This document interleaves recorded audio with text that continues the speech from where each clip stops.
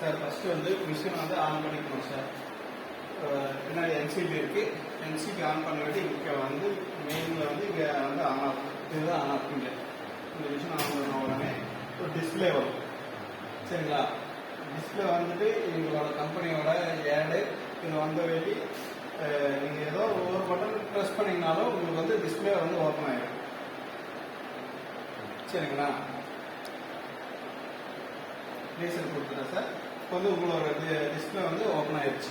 இப்போ வந்து நம்ம எடுத்தோன்னே என்னென்னா மிஷின் எப்பயுமே பவர் ஆஃப் ஆகிட்டு வந்தாலும் வந்துட்டா இல்லை புதுசாக மிஷின் ஆன் பண்ணுற மாதிரி இருந்தாலும் நம்ம எடுத்தோம்னா ஹோம் பொசிஷன் போயிட்டு தான் வரணும் சரிங்களா.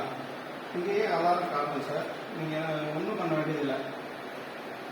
இங்கே ரிட்டர்னுக்கு ஒரு பட்டன் இருக்கு, ரீசெட் அழுத்திட்டு சார் இங்கே ஏதாவது அலாரம் கிடச்சுன்னா ரீசெட் அழுத்தணும் ஓகேங்களா. இங்கே ஏதாவது ஒரு அலாரம் கட்டி ஏதாவது பட்டன் அழுத்த முடியல அப்படின்னா ரீசெட் அழுத்தினா கிளியர் ஆகிடும் ஓகேங்களா. இங்கே ரிட்டர்ன் பட்டனை அழுத்திட்டு ப்ரெஸ் பண்ணிட்டு ஜெட் 0 என்டர். அப்படி அழுத்தும் போது என்ன ஆகுது அப்படின்னா இங்கே ஜெட்டில் வந்து கிரீன் லைட்டு வந்து கிரீன் டிஸ்பிளேல காட்டும், கிரீன் லைட் மாதிரி.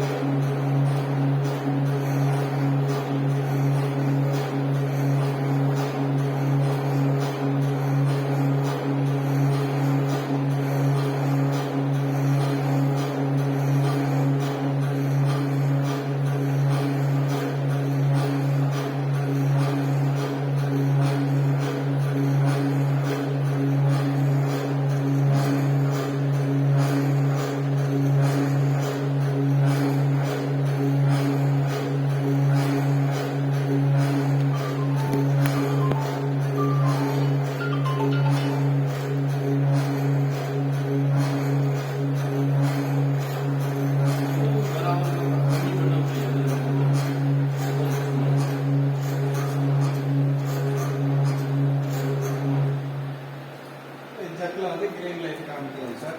அதுக்கப்புறம் வந்து பார்த்தீங்கன்னா அதே ரிட்டர்ன் பட்டன் அழுத்திட்டு எக்ஸ் 0ன்னு கொடுத்துருங்க. அது பாட்டுக்கு எக்ஸில் வந்து 0 வைக்கும் ஓகேங்களா. இது முடிச்சுட்டு நம்ம வந்து அடுத்தது என்ன பண்ணுறோம்னா டூல் ஆப்செட் எடுக்கிறோம். ஆப்செட் எடுக்கிறதுக்கு மேனுவல் பட்டன் அழுத்திட்டு ஹேண்ட்பில் பட்டன் அழுத்தணும் ஓகேங்களா. அழுத்திட்டு நீங்கள் வந்து இதை வந்து திருப்பிக்கணும் சார். இது வந்து எக்ஸு இல்லை ஜெட்டு ரெண்டில் ஏதோ ஒன்று வச்சுக்கணும். நம்மளுக்கு என்ன மூவ் ஆகணுமோ அது வந்து இது பண்ணணும்.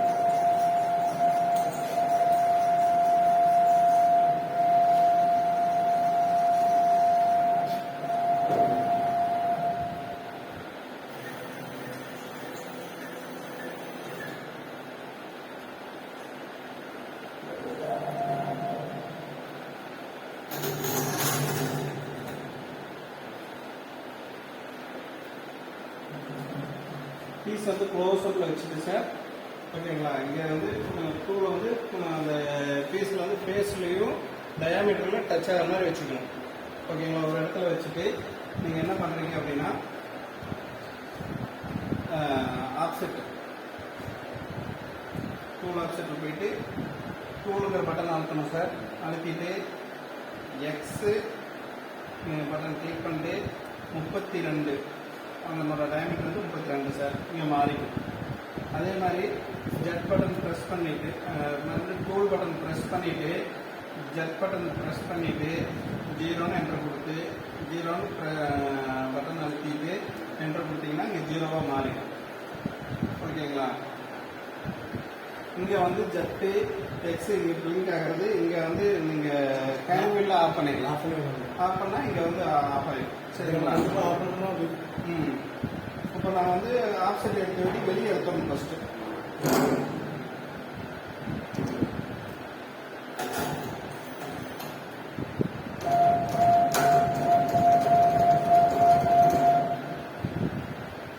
ஓகேங்களா.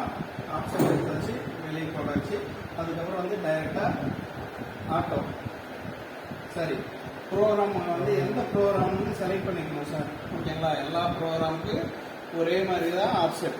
X32 தான், X32 ஜெட் 0 தான் எல்லாத்துக்குமே ஓகேங்களா. ஜாப் ஃபிக்ஸ் பண்ணும்போது மட்டும் இங்கிருந்து ஒரு ஸ்கேல் வச்சு அளந்து கூட பார்த்துக்கலாம். 60 to 70 இருக்கணும் ஓகேங்களா. ஒரு சில ப்ரோக்ராமுக்கு 50 mm வச்சிருக்கோம், 35 mm வச்சிருக்கோம், 45 mm வச்சிருக்கோம். ஜெட் மைனஸ் போகும். 60 mm வச்சுக்கோங்க சார், நீட்டா இருக்கும். அதுக்கப்புறம் எக்ஸசைஸ் 1 அப்படிங்கிறது இங்கே கொண்டு வந்துட்டு இங்கே வந்து நியூ ப்ரோக்ராம் பண்ணுறதுக்கு என்னென்னு அழுத்தணும். அதாவது அதே ப்ரோக்ராமை காப்பி பண்ணுறது ஜே, ரீநேம் அடிக்கிறது பி, இன்ஃபர்மேஷன்னா ப்ரோக்ராமில் எத்தனை லைன் இருக்குது அப்படின்னு கொடுக்குறது கியூ. அதுக்கப்புறம் யூஎஸ்பி டிஸ்கில் போயிட்டு காப்பி பண்ணுறது. அதுக்கப்புறம் சீனு கொடுக்கணும். சீன் கொடுத்தா தான் எக்ஸிக்யூட். ஓகேங்களா. சீனு கொடுத்த வேண்டி அப்போ தான் வந்து இங்கே வந்து மாறும். இங்கே ப்ரோக்ராம்ங்கிற நம்பர் வந்து இங்கே வந்து மாறும். இங்கே மாறினா தான் அந்த ப்ரோக்ராமே எடுக்கும். இல்லைன்னா நீங்கள் வந்து 10 வருஷம்னாலும் அது மாறாது. ஓகேங்களா. சீங்கிற பட்டன் நீங்கள் அழுத்தி ப்ரெஸ் பண்ணிட்டீங்கன்னாவே இங்கே எக்ஸசைஸ் 1 மாறிடும். இதுக்கப்புறம் வந்து நீங்கள் ஆட்டோ கொடுத்து சைக்கிள் ஸ்டார்ட்.